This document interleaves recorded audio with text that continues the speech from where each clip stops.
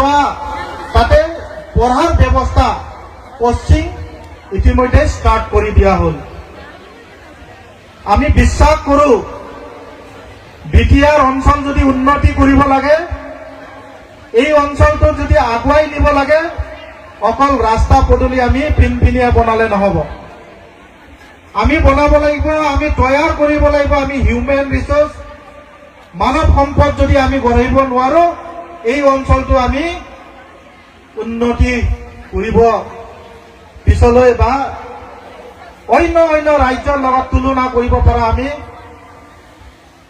বা অন্য ৰাজ্যৰ লগত আমি খাপ খাবলৈ সক্ষম নহ'ব। এই কাৰণে আমি এইবাৰ 40টা বিটিআৰ ডিপাৰ্টমেণ্টত, বিটিআৰত থকা 40টা ডিপাৰ্টমেণ্টৰ ভিতৰত আমি শিক্ষা বিভাগটো, এডুকেশ্যন ডিপাৰ্টমেণ্টটো চবতকৈ হাইষ্ট প্ৰায়ৰিটি দি কাম কৰিবলৈ এবাৰ যত্ন কৰিছোঁ।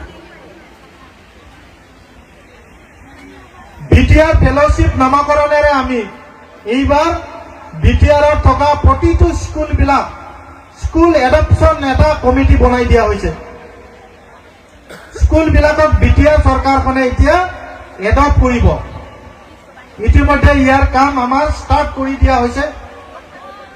আমাৰ প্ৰিন্সিপাল ছাৰকো এডপশ্যন নামত এখন স্কুল দিয়া হ'ব, মোক 2খন স্কুল দিয়া হৈছে। এনেকুৱা বিভিন্ন ব্যক্তিজনক আমি স্কুল চোৱা চিতা কৰিবৰ কাৰণে এজন ব্যক্তিক দায়িত্ব দিয়া ব্যৱস্থা বিটিআৰ চৰকাৰখনে তৈয়াৰ কৰি দিয়া হৈছে। কাৰণ আমি এই গ্লবেলাইজেশ্যনৰ যুগত অন্য ৰাজ্যত যদি আমি খাপ খাব লাগে বা বিটিআৰ অঞ্চলৰ পৰাও যদি আমি বিটিআৰ অঞ্চলখনো যদি উন্নতিৰ পথত দিব লাগে, নিশ্চয় আমি এডুকেশ্যন চাইডত আমি খুব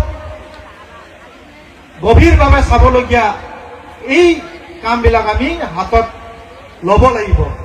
তাৰ কাৰণে আমি সকলোকে অনুৰোধ কৰিব বিচাৰিছো যে আমি সকলো ছাত্ৰ ছাত্ৰী অভিভাৱকসকলৰ পৰা আমি নিশ্চয় সহায় সহযোগিতা আৰু সঁহাৰি পাম বুলি আশা কৰিছো।